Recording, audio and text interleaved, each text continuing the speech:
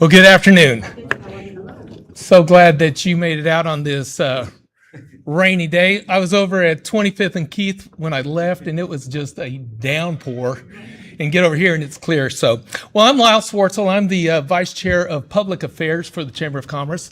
And on behalf of the Chamber of Commerce, Mike Griffin, the CEO, I'd like to welcome you to our political forum. This is our third one we've done in this election season. And it's really, I think it's a great opportunity for us to do this. We appreciate Mix TV and Steve Hartline for broadcasting this. So if you want to go back and watch it, share it so people can have an opportunity to find out about the candidates running. This, like I said, this is the third one we've done. We did two back in the May election, and then this is for the August 6th election. And we've invited every candidate that is in a contested race. So if it's a write-in, a non-contested race, we didn't invite them. But if it's a contested race, every candidate was invited today. So I just want to let you know that.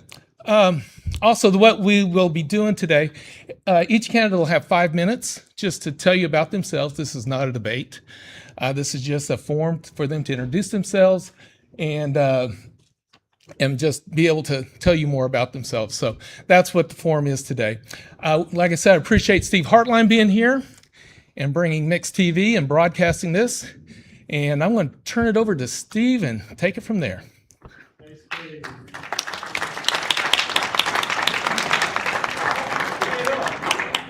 Please be seated.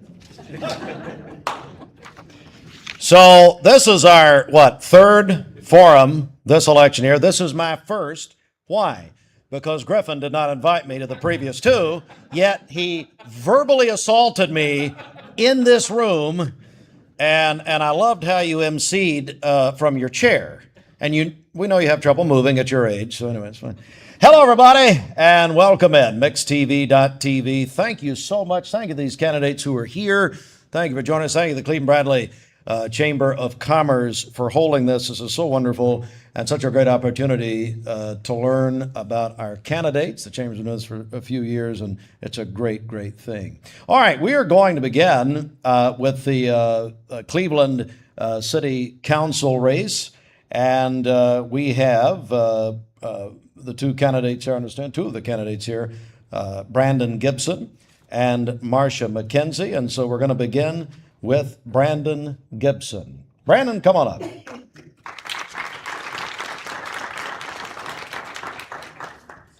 I'll be Bobby Goins. All right. Good afternoon. Can you hear me good? Maybe. Let me see. That better? All right. All right. So my name is Brandon Gibson, running for City Council District 1 seat. A little bit about me. Been married to a beautiful wife, Bailey, that's here tonight. We've been married about 5 years. We got two little ones, little guy that's 3 years old and a daughter that's 7 months old. So you can probably guess we stay very busy in that realm of things. But background-wise, I have leadership and kind of operations experience, most recently working in kind of commercial real estate realm. So I've always worked with kind of business owners and local government municipalities, always paid attention kind of on the background of things and seeing how things work. And this last year, I think a lot of people had some things stirring them. So me, myself, some occurrences that we saw nationwide just kind of motivated me to step out and just be a little more bold and try to help kind of affect my community on a higher level than what I was just kind of observing from the sidelines. So saw an opportunity to at least learn from a situation, and I thought at the very least I'd be meeting a lot of great people and grow from it. So that's what I'm doing today, just trying to step out and affect some change in my community, specifically District 1. Some things that we see, obviously Cleveland is a very growing city, and we're very blessed to be in a community like this. But, I think we all know there's a lot of growth on the north side. We're seeing tons of annexation, north, northeast, northwest, a lot of new developments going over there. But we're also seeing a lot of stressors like traffic, infrastructure issues, and kind of forgetting about the heartland of Cleveland, the once more prominent areas of the South End, Southeast, Southwest. So my goal, hopefully, is to bring a new lens back to that and kind of refocus our efforts there. We have a lot of great projects going on in the city, and that's commendable. But we do need to refocus our efforts, I think, on the areas that help establish our city, help build off from where we're at today. So we have a lot of great local businesses in District 1, obviously, and even better nonprofits that are operating in that space. So we need to be encouraging them, encouraging growth, but the right kind of growth. You know, I know we all don't like seeing development smash into one road like Paul Huff Parkway, and I think there's enough on Paul Huff Parkway for everybody. You know, I think we can agree. You know, we have spots in District 1 like Exit 20, which could be a major hub for people not having so much traffic going north. You know, if we could bring in major retailers there, and that will take time. You know, we need more density in those areas. So we are seeing new developments, thankfully, starting to come to that space, which is awesome. But we do have to be responsible with that growth. So we don't need to be greenlighting everything that comes through planning. You know, we need to have stricter guidelines that come through for projects. We don't necessarily need to be just bringing things in to create more tax revenue, I think. So we need to be good stewards of that, in my opinion. Outside of growth wise, you know, I think also the taxes are obviously an issue for many people. So increasing that we saw on the county level as well as on the city level last year after the historic property assessment increase. There's a lot of people that have uncertainty about that and where those funds are going. You know, I attended the city council meeting and saw many different projects being thrown out left and right trying to get it passed. And like I said before, we have a lot of projects. So I do think we need to focus on the projects we have currently going on. For example, Cherokee Hotel, we've had many delays in that project. There's a lot of money being spent. So I think we need to prioritize our projects, and we don't need to be greenlighting projects for our budgets every year just to increase the property tax burden for everyday citizens. So honing in on that is my objective, and bringing in more responsible tax dollars being spent and utilized the right way, not just to put in a bucket. We have an incredible reserve that we're sitting on the city level. So we don't necessarily need to keep increasing those for everyday citizens, in my opinion. So that's my hope. My goal is to come in and try to just be good stewards, understand that, you know, this role is something I take seriously.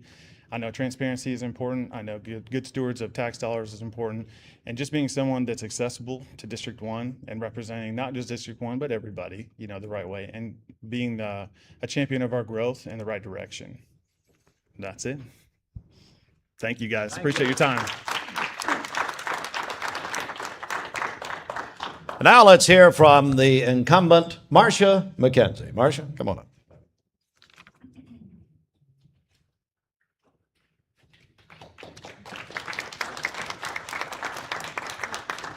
Thank you. I'll let you fix it. Just said, I'm not used to having to make it shorter for people than me. Don't get too close to me. Okay, there you go. Okay. Thank you, and thank you for having me here today. I'm gonna back that just a little bit. I would say that many of you know me, a few may not. I have been serving on the city council for District 1 for the last 5.5 years. I got that role after my husband Charlie passed away, and I finished out his term. And at that time, I had decided that I wanted to stay on the city council. I wanted to run and continue working for District 1 and for the city. I was raised in Cleveland, Tennessee. I attended city schools. I graduated from Cleveland High. My husband and I had businesses here in Cleveland for many years. And as I said, I've been serving on the council for 5.5 years. When I stood before the council on that first day, I expressed to them my concern, as Brandon mentioned, about Exit 20 and all of south end of Cleveland, which would go from 25th Street all the way down to APD 40, from Exit 20 all the way to the Walmart on the south end. There hadn't been at that point very much development. But if you live out there or you go out there, you're beginning to see development all through that area. We have a lot of new homes, which we've had a shortage of homes in Cleveland. So I have been a proponent of affordable homes and more housing on Cleveland. More housing brings businesses. Businesses bring jobs. Jobs bring salaries. Salaries helps people to be able to have a home, live in our city and have a good life. And the better the businesses that come, the better the paying is for the jobs. As far as Exit 20, that property is in the process of being developed. That whole area is on plans to be developed all through what's called the Harris Creek community. We have a big developer who's going to bring in some really nice businesses, restaurants, big box company, maybe some hotels, a big gas station. So that area is starting to grow. Unfortunately, things take time when you're coming in and you're starting from the ground and trying to build something and build it right. And that's very important to the city, that when we build, whether it be a business or whether it be a subdivision, that it's built right. And it's built in a quality way. And that is one of my concerns for Cleveland, is that we have a quality of life in our building, in our subdivisions, in our schools, in our businesses. And we had one business that recently opened in Cleveland.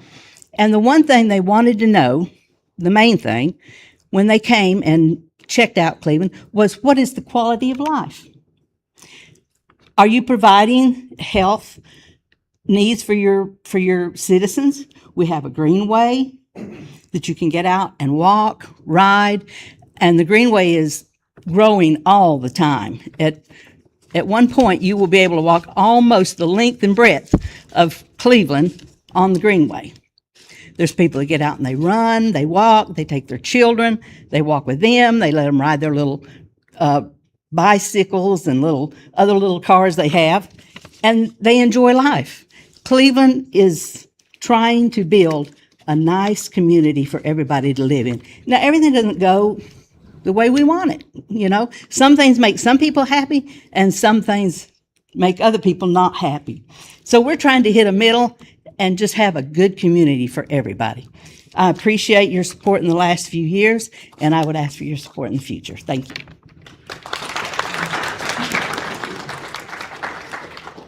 Thank you, Marcia. A couple of housekeeping items for our candidates.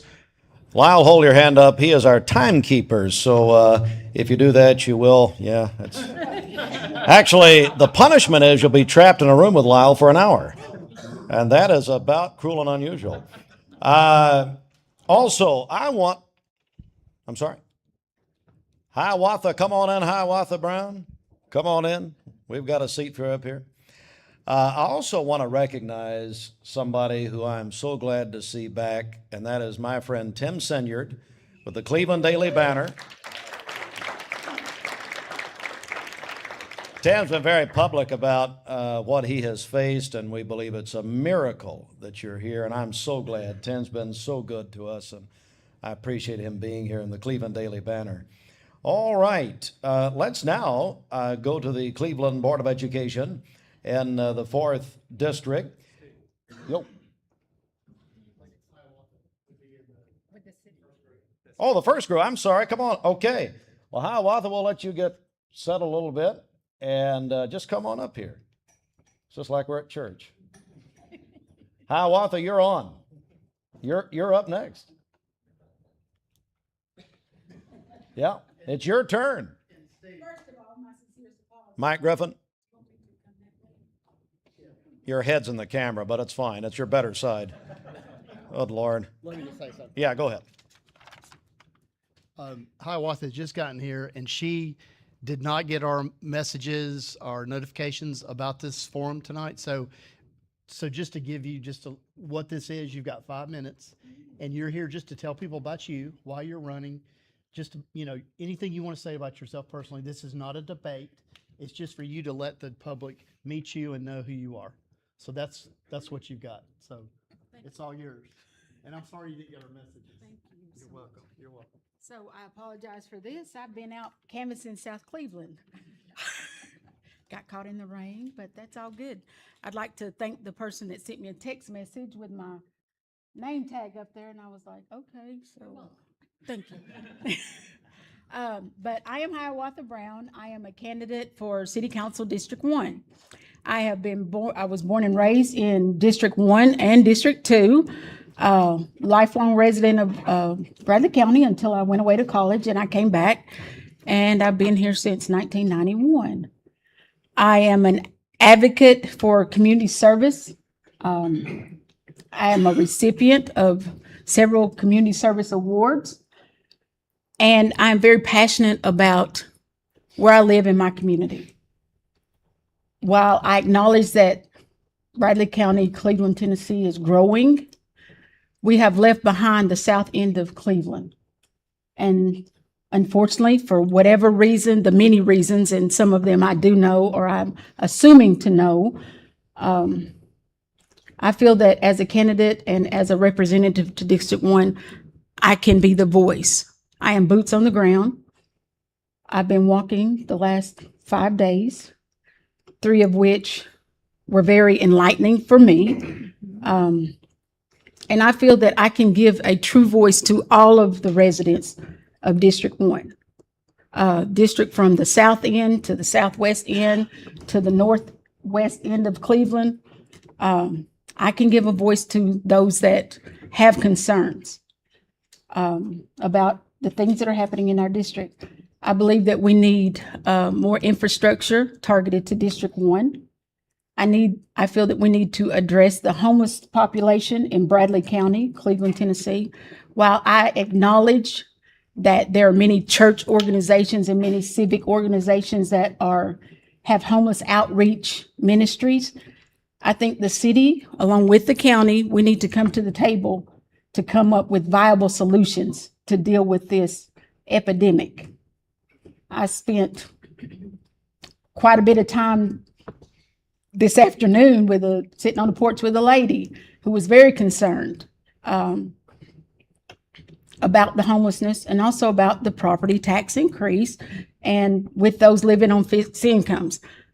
While I'm passionate about our service, our public service people, I have family members that are in public service.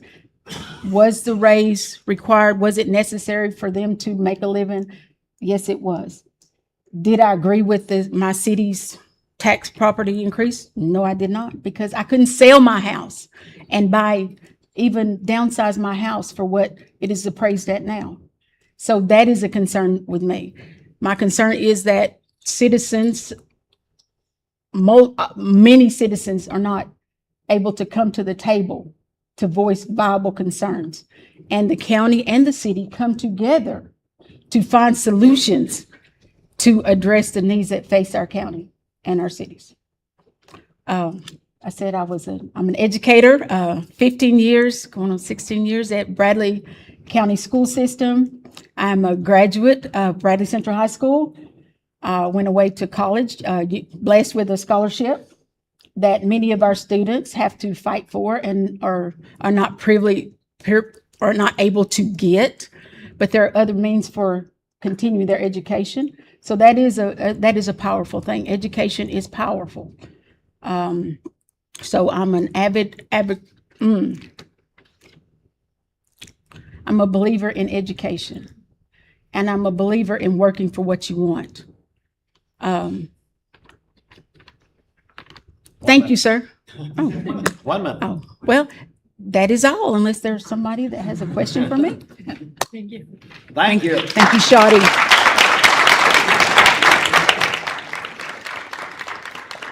All right, now we're going to move to our Cleveland Board of Education candidates in District 4. Let's begin with Tim Rader. Tim?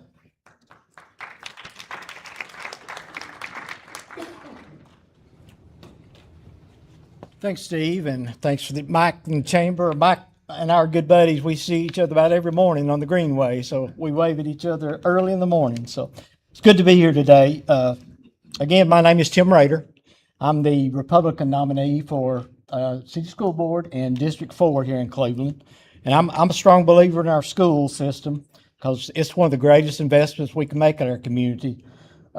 We prepare our children for the future. We invest in our future workforce, and it attracts new businesses. It improves our quality of life. So that's why I want to be involved with the Cleveland Board of Education. Just a little bit about me. For those of you that I do not know, I grew up in Newport, Tennessee, which for those who don't know, it's Upper East Tennessee, around Gatlinburg, Sevierville, that area. Went to elementary school there. I went to high school at Cotton County High School. When I graduated from high school, I had the opportunity to play baseball in college and had a couple of choices, and I decided to come to Athens, just up the road, at Tennessee Wesleyan College, which is now Tennessee Wesleyan University, of course. I got my degree from Wesleyan in 1980. Got a bachelor's degree in accounting and business management. Immediately, I got lucky. Immediately after college, I got a job with TVA. Spent 34 years at TVA, retired in 2014. And while I was at TVA, I was able to earn my CPA license, so I'm a licensed certified public accountant in the state of Tennessee. So I enjoyed my time at TVA. After TVA, I worked part-time, but technically I'm retired at this point. As far as my family, I have 3 grown children. All 3 of those went through the Cleveland education system, and they've all done well. I have my wife. We've been married 46 years as of a couple of weeks ago. And we have 13 grandchildren, which keeps us busy, of course, and Christmas and birthdays and all that stuff. So why am I running? Simply put, I want to serve. As I mentioned Steve a couple of weeks ago, my father was a city councilman back home for like 12 years. So I got to see the good things that Dad was able to do at city council. He served the public. Of course, I also got to see some of the bad things, but the good things outweigh the bad. He was a man of public service, and he taught me that. I want to advocate for our students. I want to be an advocate for the teachers. I want to be an advocate for the parents. I have a daughter in the county system that teaches at where Dr. Cash teaches at Michigan Avenue, and she's the 4th grade. I have a son-in-law teaches at Cleveland High School, teaches history there. I also have a son-in-law that works at the Pie Center with career and technical staff, and I see how hard they work on a day-to-day basis. On the weekends, I'm with them weekends, and they're doing lesson plans, grading papers, so they need our support. So I want to be there to support our teachers. As far as priorities coming up, as someone mentioned already, we have a new development on the north end coming in called Hardwick Farms. We're going to need to build. We've been allocated some land already, and the city council has given us some money to go ahead and build a elementary school up there. So that's going to be a big process in the next 2-3 years, right, Renee? And we want to be involved in that development, make that as painless as we can, because it's going to involve rezoning. Once you have a new school, you got to rezone. So we want to make that as less disruptive to families as possible. So I want to be involved in that process. Next item, my priority, looking at Cleveland Middle School.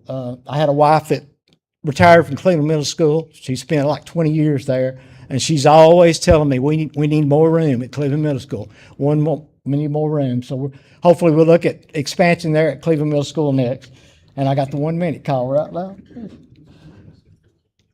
But one of the final things, Mr. Open lines of communication. I want to keep that open for teachers, for parents, for our lawmakers, state and local elected officials, because we know that better decisions are made if we all work together.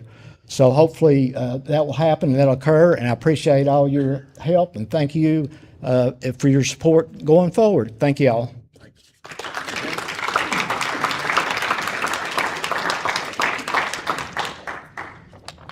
David, you're going to have to help me with your last name. Joe Rogan. Joe Rogan? Maybe. Okay. David, make him welcome, everybody. District 4. Hello, everyone. Again, my name is David Jaroge, and I'm running for City School Board in District 4.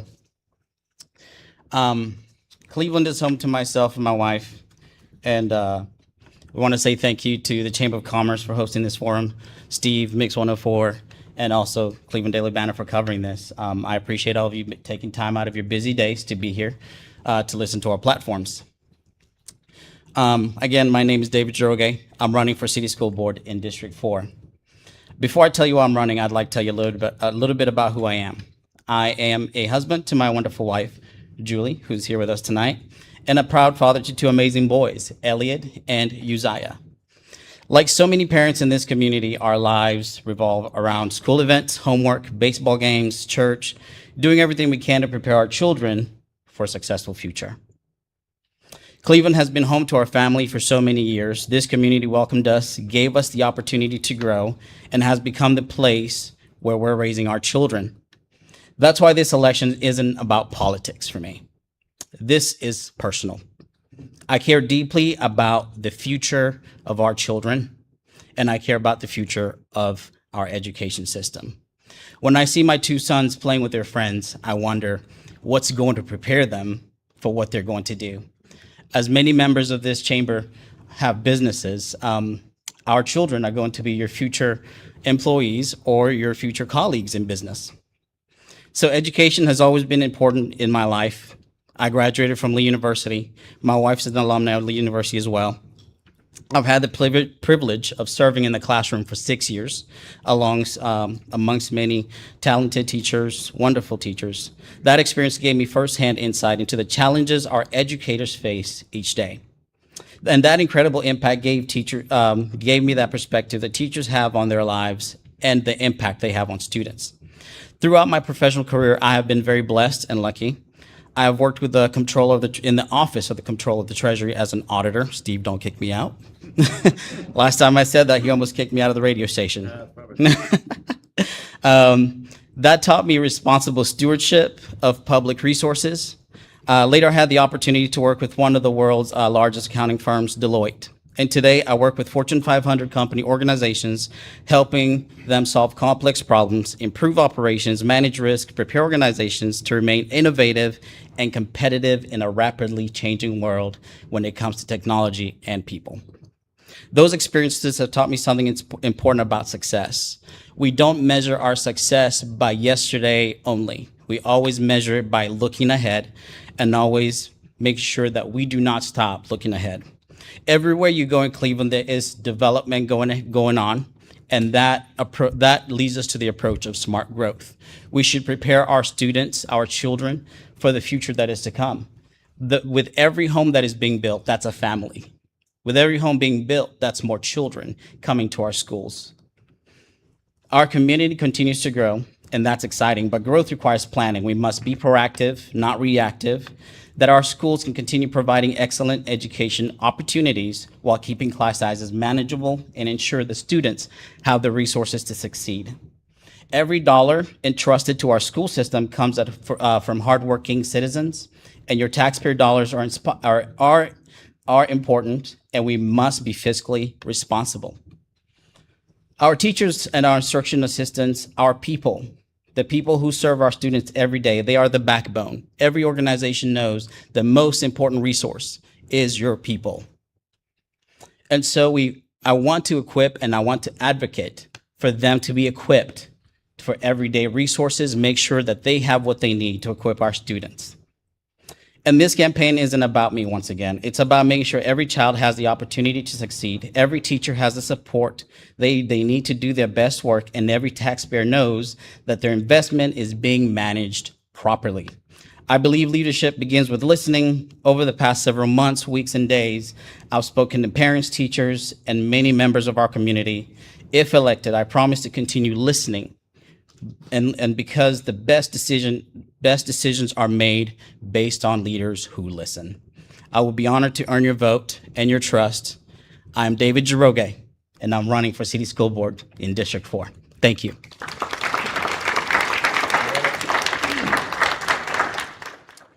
All right, now we move to the Cleveland Board of Education in the 5th District, and we're joined now by the challenger, Mark Gravel.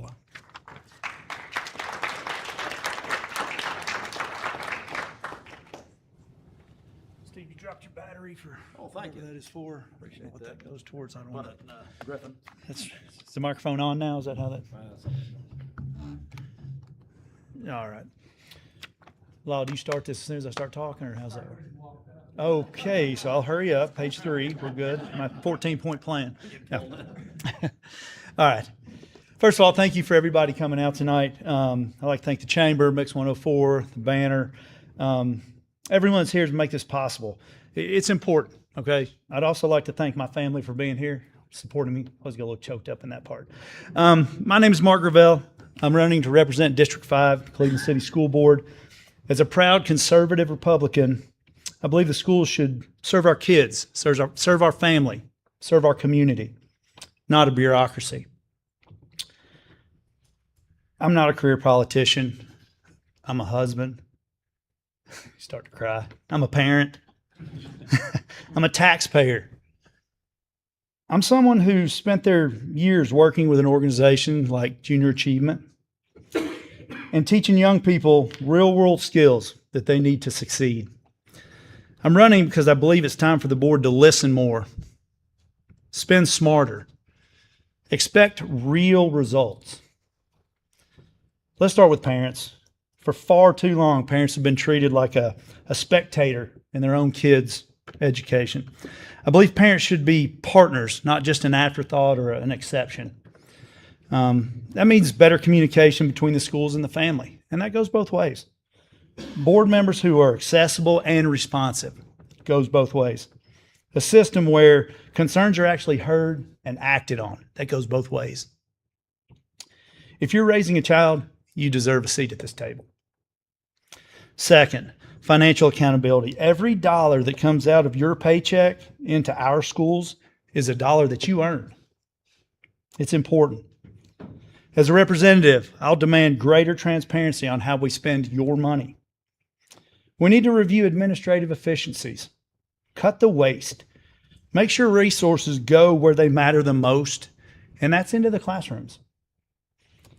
You know, conservative leadership means treating your hard-earned taxpayer money with the respect that it does deserve. Supporting our teachers, it's so important. Great schools start with great teachers, and it starts right now. Too many of our best educators feel overworked, underappreciated, and they just look for the exits or hold on till the end. We need to recruit and retain quality teachers, support their morale, make sure that they have the tools and the respect that they need to do their jobs well. When we invest in teachers, we invest in every student that walks through their classroom, and that's every day. Next, and this one is the personal part to me, we've got to prepare our kids for real life. Success doesn't look the same for every kid. Everyone's different. And it's time our school board acted like it. Not every child needs a 4-year degree. Okay? We need to expand career and technical education, promote skill trades. We've got to give every student a real financial literacy component before they graduate. Through my work with Junior Achievement, and I've seen firsthand what it looks like when young people get equipped with this real world knowledge. They walk out confident and prepared. Whether that's college, whether that's the trades, military, straight into the workforce, that's the kind of practical, common sense education that we want to fight for through our school board. Next is safe schools and strong discipline. A must. Nothing else matters if our kids and teachers don't feel safe. School safety remains a top priority, and that means supporting real, effective discipline, not empty ones. And it means building strong, collaborative, again, together between parents and schools. We've got to go both ways so that every schoolroom is a place where people can learn and feel and thrive. Finally, it's accountability and results. I live with accountability and results every day. Leadership isn't about attending meetings and checking boxes. It's about asking the hard questions that demand real outcomes for our children. This is our children. I'll push for stronger oversight, measurable results, not just activities, and make sure that the board focuses on solutions. Friends, this campaign is about bringing conservative values, parental rights, fiscal responsibility, and real accountability back to the Cleveland City school system that's ours. I'm asking for your vote. I'm asking for your support, your voice, because together we can build Cleveland City schools to work for every child, every teacher, and every family in District 5. As a proud graduate of Cleveland High School, I thank you for your support. God bless, and all in, all Cleveland. Thank you.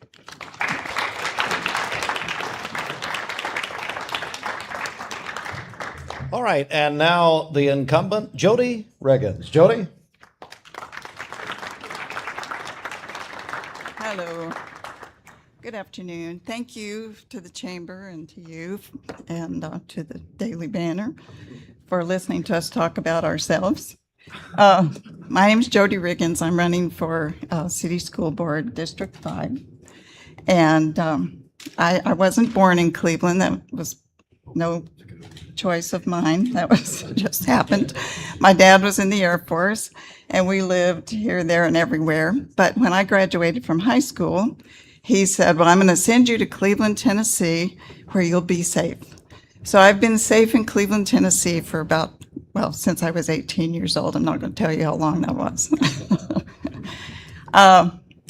I did leave for a short period of time to go to physician assistant school, and I was a physician assistant. I came back to Cleveland, and I worked there with a lot of kids and a lot of parents. My husband is an educator. He's taught school for a lot of years.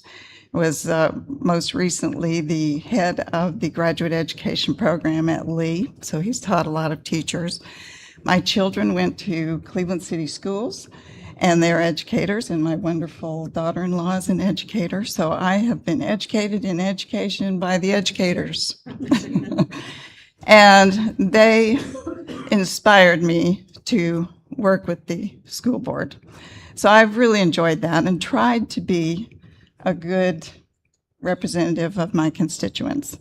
I've had some that would complain and some that had concerns, some that had great suggestions, and I feel like I was able to handle most of that, take it to the school board and to the administrators. We can always find ways to improve, always find ways to do things better and to try to make things better for our students, which is our goal as the school board. But I feel like I need to tell you that we really are fortunate in Cleveland and in Bradley County to have really, really good schools. We are blessed. When I visit these schools, I see these dedicated teachers, administrators, staff members, janitors, people that work in the cafeteria, the nurses, the operations staff. All of these people are so dedicated, and they mean to do well for our children, and that's what it's all about. But those people, and all of you that pay taxes, make up a great community. And a great community means we're going to have great schools. And we do have great schools. I'm going to brag a little bit about Cleveland High School. In the 2025 school year, 25-26 school year, we had 28 graduates of distinction, 71 Raider scholars. These are kids that have grade point averages between 3.5 and 4.0. They take honors classes. They do go above and beyond.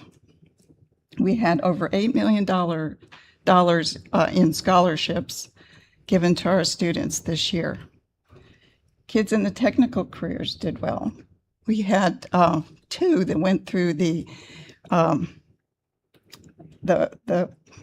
program to become certified welders, and they're out now with good jobs, probably making more than some of our teachers make. So we had those. We've had kids, 12 who became patient care technicians. Several became certified food handlers. We had several that got certified in OSHA.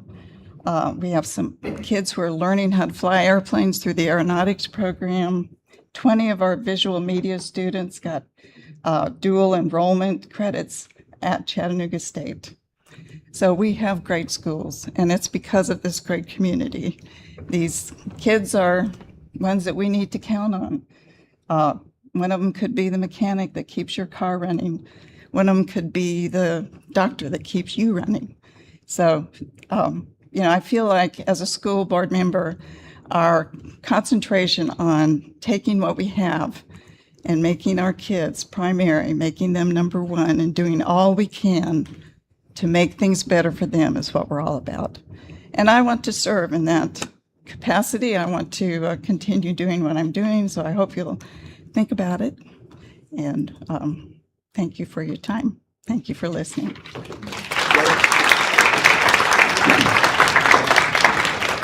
All right, if you are about the midway point, if you're just joining us, welcome. It is we are live, the Cleveland Bradley Chamber of Commerce. I understand thousands of people are watching right now on mixtv.tv, and we appreciate you tuning in. All right, a note here on our 5th District, Bradley County Commission race with our two candidates, the incumbent. Bobby Goins is not able to join us today. We do have the challenger. Again, Bradley County Commission in the 5th District. Please welcome Shadi Hernandez.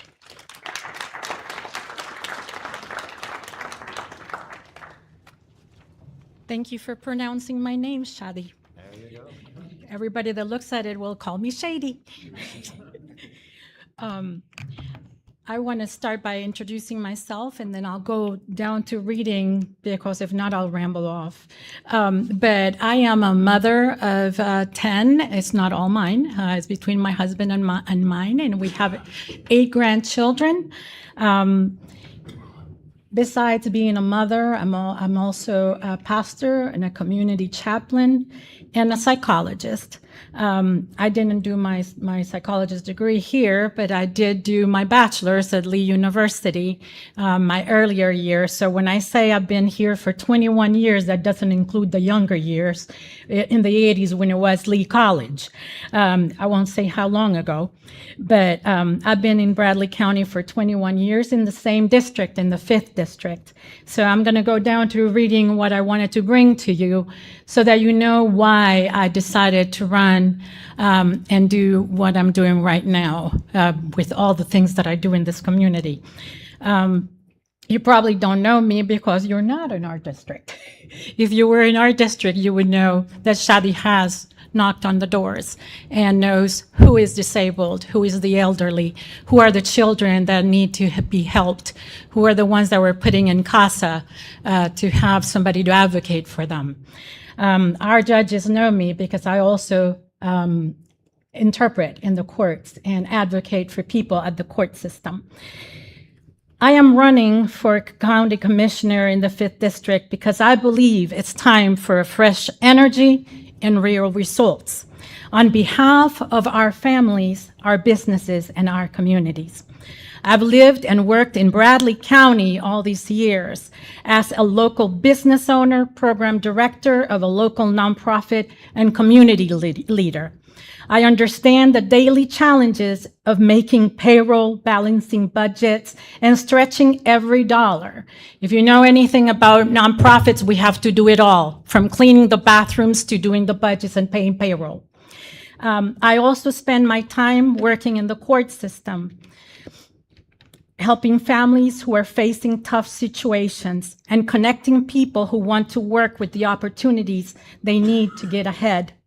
Those experiences have shown me how county government decisions directly affect whether families can pay their bills, keep their homes, and build better lives.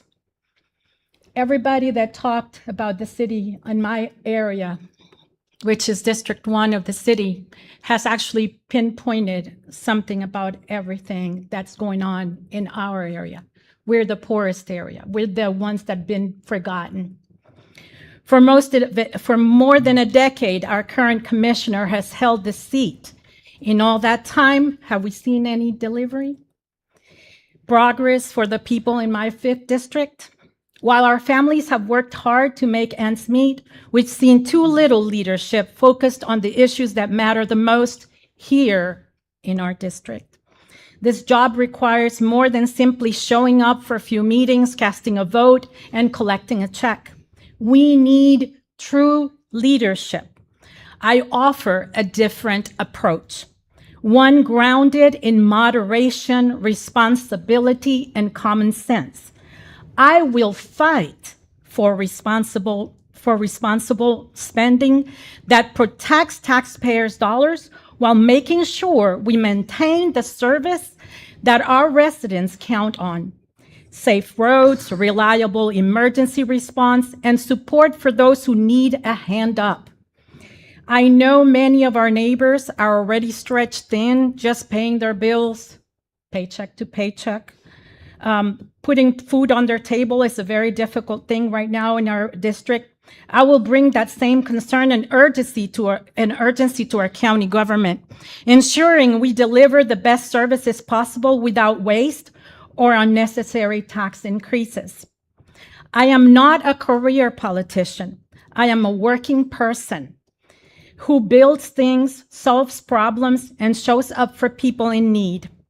I believe we can do better, and I am asking for the opportunity to prove it. I believe that after more than 10 years of the same, it's time for new leadership that listens, that works across the aisle when needed, and puts the interests of the 5th District and their families first. I really appreciate your vote, and God bless Bradley County.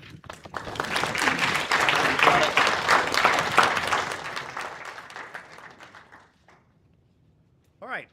We are going to now go to the state representative in the 24th district race. We're going to begin with the challenger, Dan Jones. Dan?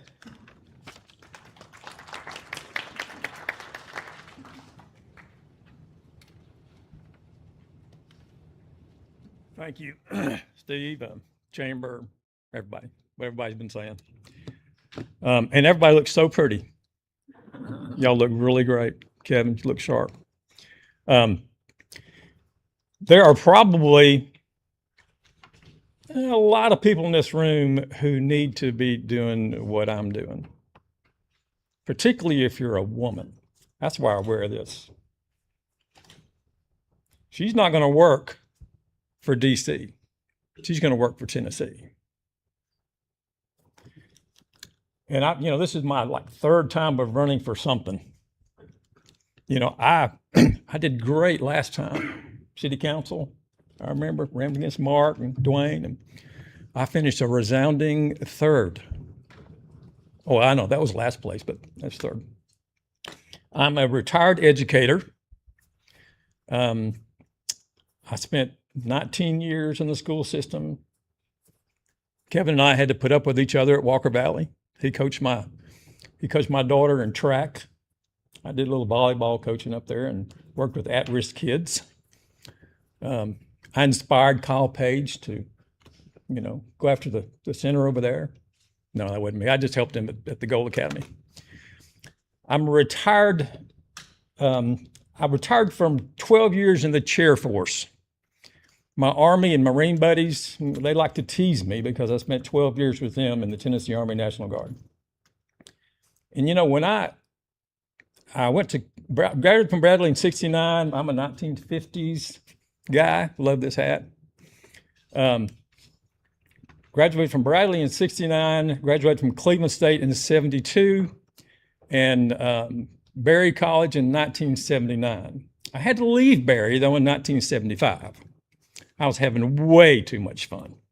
I was enjoying college. I was working and playing sports and working around campus. It was great. But academically, I didn't do so great. So I decided, I talked to the academic dean. Everybody knew everybody at Berry, kind of like a Lee. And so I went to the academic dean. He said, okay, I was coaching basketball at the time, freshman basketball. And he said, okay, you got to get your stuff together or you got to do something else. And I said, okay, I'm gonna do it this time or I'm gonna join the Air Force. Well, I joined the Air Force. 1975. I'm considered a Vietnam era veteran, though thankfully I had never had to go in country. They put me in a building with no windows and no doors in Misawa, Japan. It was during the Cold War, so I had to keep an eye on Russia at the time. And I was honored to do that. And we had to take a pledge. When you enter the service or when you take an oath to office, you have to swear to uphold the Constitution of the United States. Have y'all read? I've been reading that document lately. We the people. in order to form a more perfect union. It kind of reminds me of a little bit of what Jesus said when he said, when we told us to pray, he said we could literally have heaven on earth if we did what he showed us to do. I think we're struggling with this more perfect union thing a little bit, don't you? In my 75 years, I don't think I've experienced this kind of division in our country. And we pick these little things to squabble about. And this room kind of reflects our society right now, doesn't it? Doesn't reflect Cleveland High School or any of our high schools because they're diverse. They're very diverse. You ever been to a graduation at Cleveland High School? You need to go. I mean, I love graduation at Walker Valley. It was awesome. Bradley too. But if you go to Cleveland High to a graduation, they celebrate. Man, they celebrate life and their accomplishments. That oath is a pretty important thing. And when they gave me a top security clearance in the Air Force, they did a very extensive background check. They came to Cleveland and talked to people.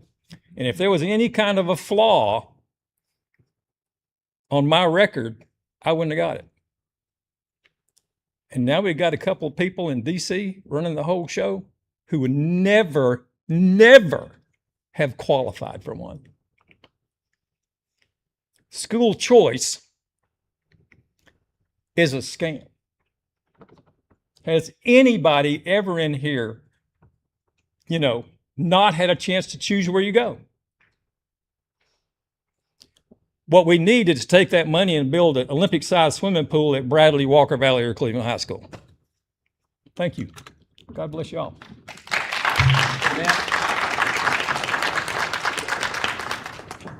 All right, and now the incumbent state representative in the 24th District, Kevin Raper. Kevin?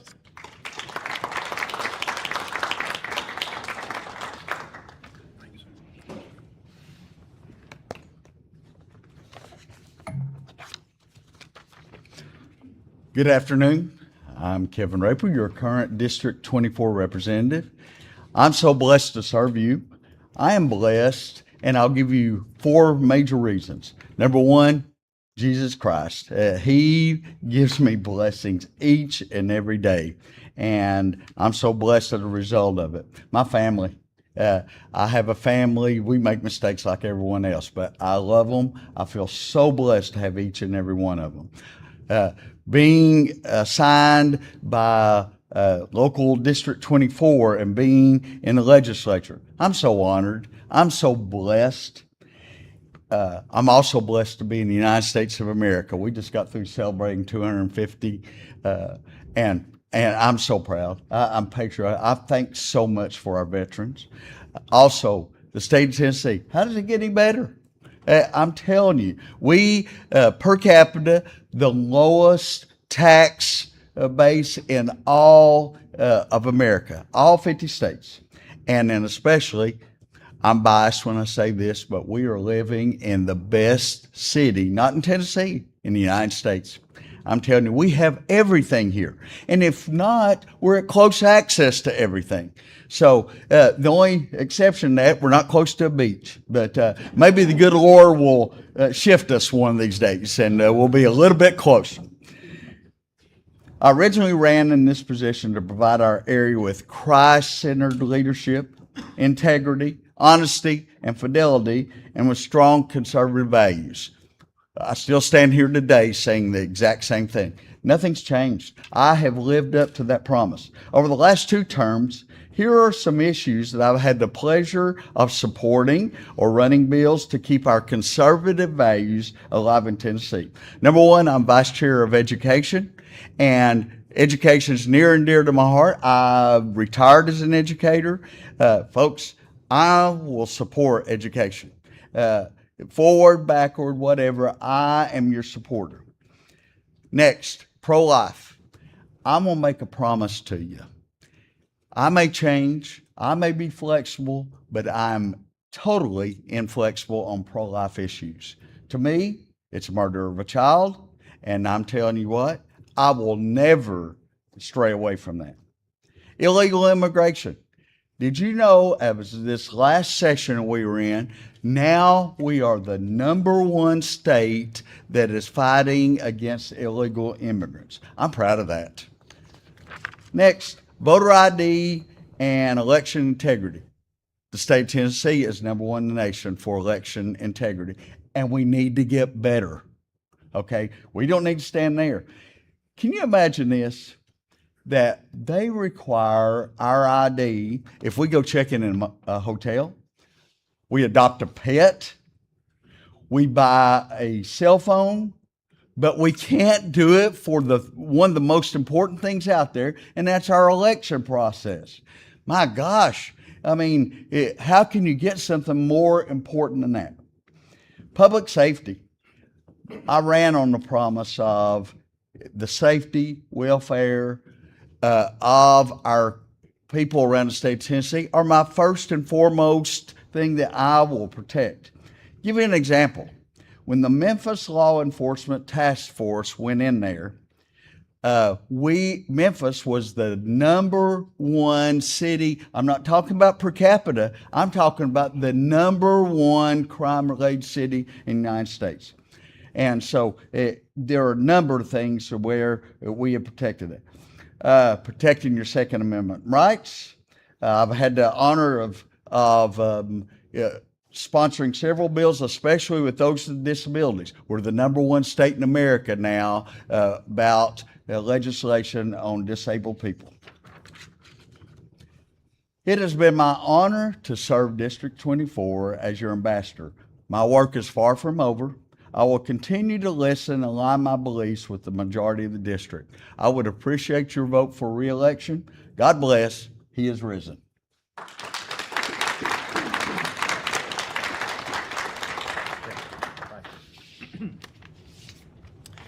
I do want to note something here. We had invited, or the chamber had invited, our two candidates for Bradley County Mayor, the challenger, Stoney R. Matthews, and the incumbent, Gary Davis. Neither one of them were able to join us today. All right, our final race we're spotlighting this afternoon here live from the Chamber of Commerce in Cleveland is the state Senate race out of the 1st District. And we begin with one of the challengers, Dennis Beavers. Dennis?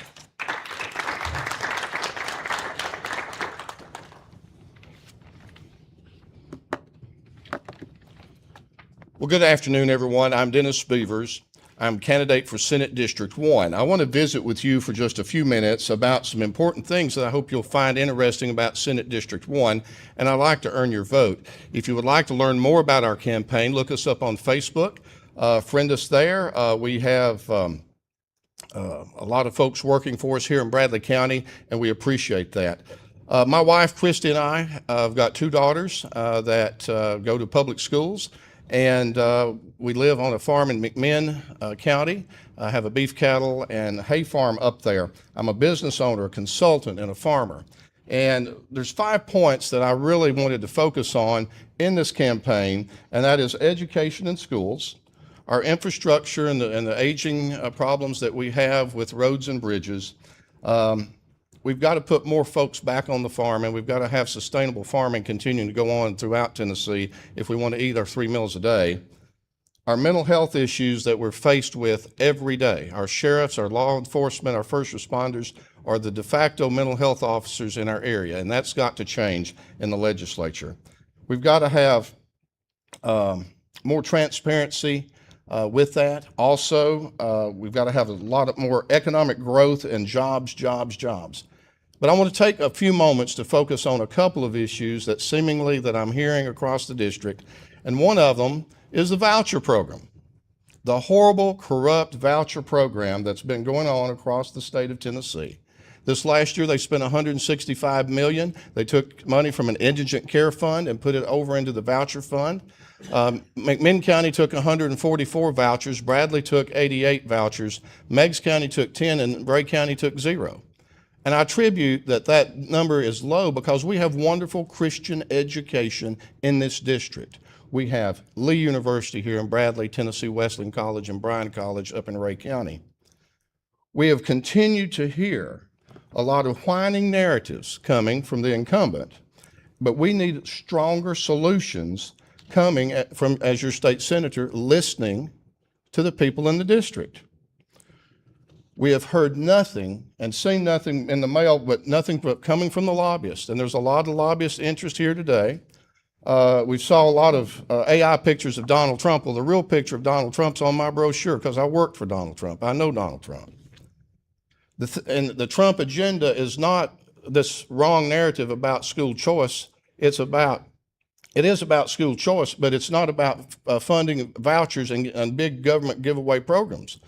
They've given money to an out-of-state contract that's just horrible. Those folks even got fired from Arkansas. Read our op-ed, the op-ed that's been circulated around that came out yesterday that our campaign put out. Pretty much details all of that. And in fact, I mentioned what our vouchers were. I see Senator Dawn White's here, and I see she's sitting with my opponent. I want for the record, her district alone took over $8.1 to $8.5 million of voucher money. That's wrong, folks. It's wrong for our schools and our community. We need to do a better job in the legislature about making Tennessee more affordable for our working families and seeing that our kids get a good education in the classroom.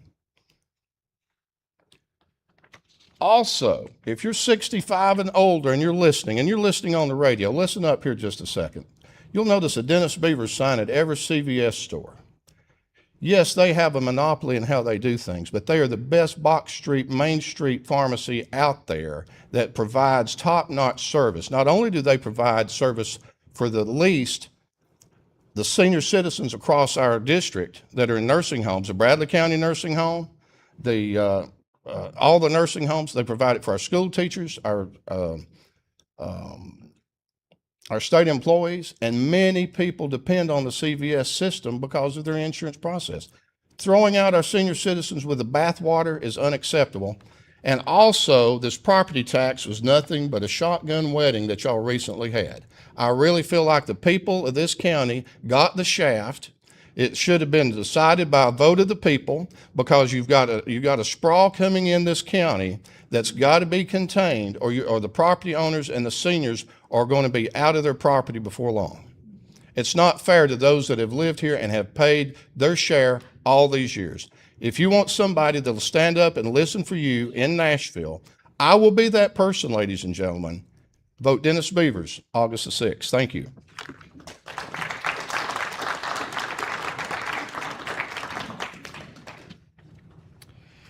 All right, and now we have a challenger, Teresa Congeloso. Teresa.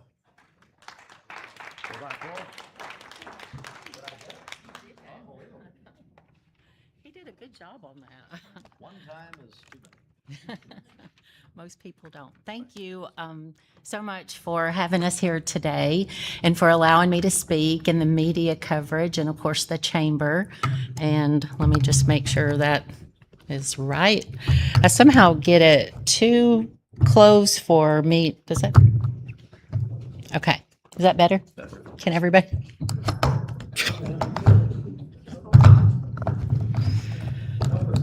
All right. I just want to move it where. You just tell me. Okay. I just want to be able to see Is my that all paper. There we go. There. Okay.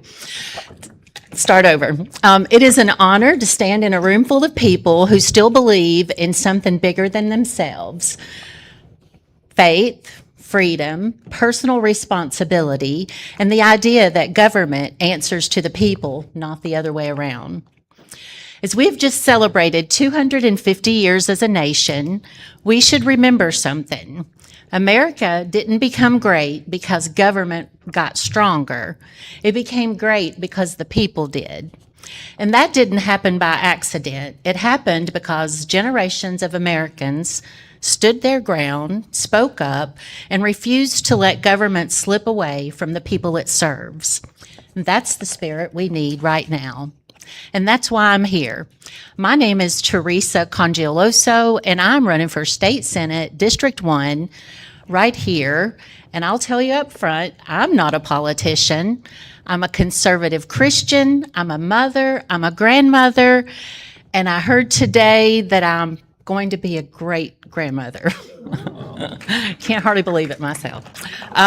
So I'm someone who has spent the last 31 plus years building a successful business right here in this region, solving problems, delivering results, and to the people who put their trust in me to guide them through one of life's grandest adventures.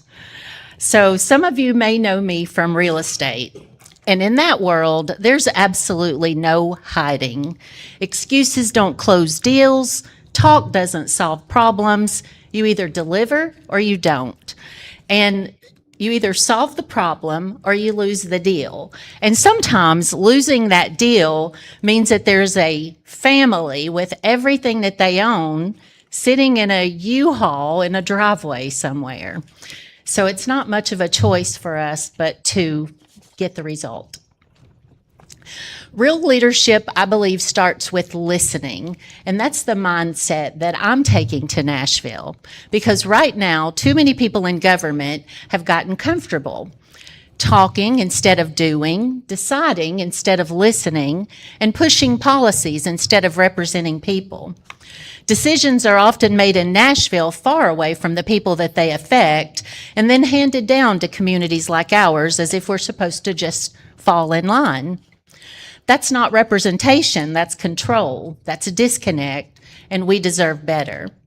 You deserve a senator who will listen first, because representation starts with listening, not telling you what you're supposed to think. Because real leadership doesn't start with talking, it starts with understanding. Now, let me be clear about where I stand. I believe in the Second Amendment with no compromise. I have a gun permit myself. I've had it for many years. I believe in the right to life with zero exception. I believe we should put the people of Tennessee first, and I believe that we should always give more than we take. I don't think it's a secret that most of you know that I'm not a supporter of the voucher program. As I've often said lately, I feel like a wrecking ball has hit the Department of Education, and while the building is still standing, the structure is compromised. So those aren't campaign positions, they're convictions. And my values are not shifting, and they won't shift or change when I get to Nashville. But this race isn't just about values. It's about how we govern, because there's a difference between talking and doing. And I've spent over 30 years doing, negotiating deals, solving problems, and getting the results. Not talking about it, but delivering it. And now I'm going to have to hurry. So anyway, when I get to Nashville, I want people to understand that I understand exactly who I work for, not lobbyists, PACs, special interest, or political ambitions.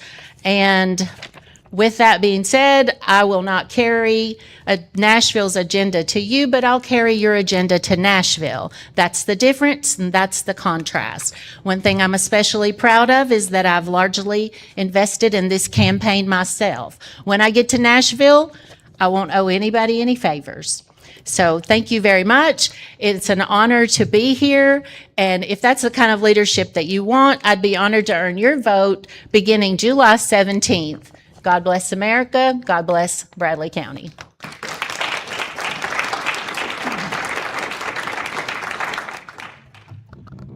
All right, and now our final candidate is State Senator Adam Lowe. Adam?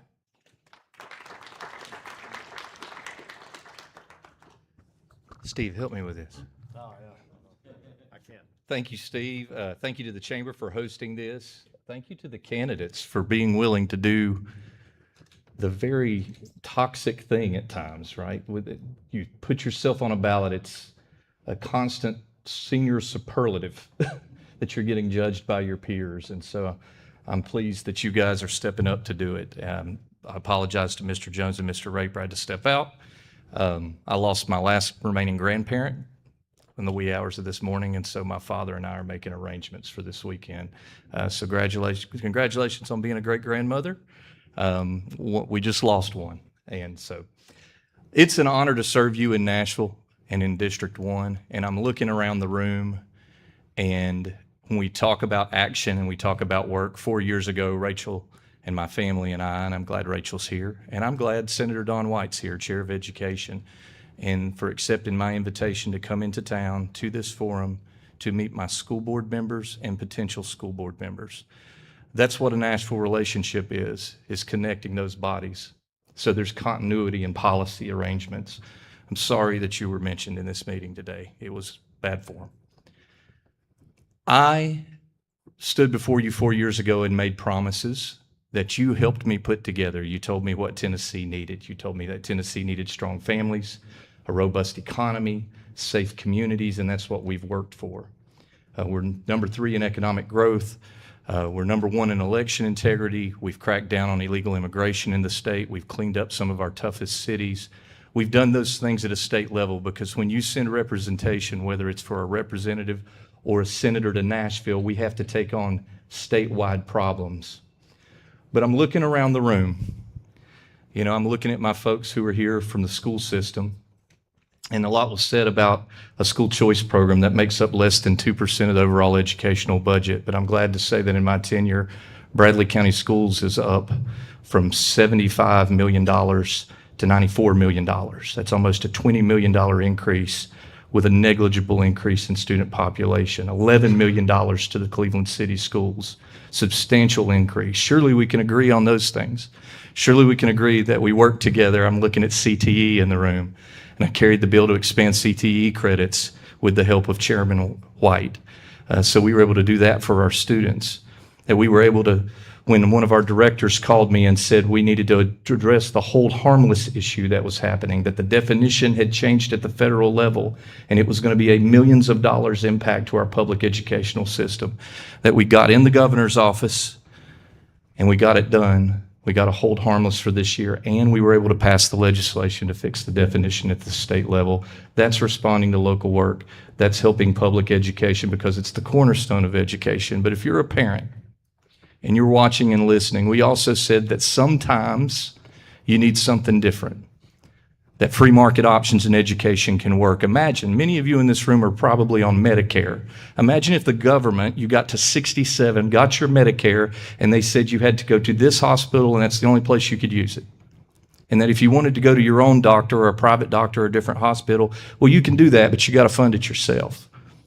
We wouldn't accept that arrangement. That's how the veterans care worked for a long time, and we changed it. We opened veterans benefits to where they had freedom.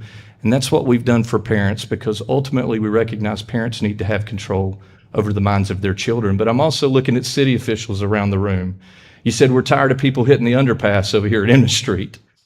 We're close. We've got enough money to get part of the bypass done. We need more. Chairman Howell and I went to TDOT. We got that done. I'm looking at the county officials. They said we need more revenue. We want the recordation tax to come back to the counties, not to be held at the state level. I backed and supported that bill. We're still fighting that level, that we want that 0.25% sales tax back. Still fought for that. I'm looking at other members of the room. I'm looking at even the nonprofits, CASA. I've taken pies in the face and sat in dunk tanks for you. That's what serving local community does. But ultimately, I work for the taxpayer, and meanwhile, I was a co-sponsor of the legislation that you'll be able to stop the state property tax here in Tennessee. Imagine, some people have opinions about what happened in Bradley County, but imagine if the state was levying that tax. We've given tax breaks to small businesses. If you're a sole proprietor or LLC, we've given you those tax breaks to where you can take that back home to you or to your families. That's what it's meant for the last 4 years of service. If given another 4 years, I'll give you that same level of local service, and we'll protect Tennessee and Tennessee families. I'm Adam Lowe, and I ask for your vote. Thank you.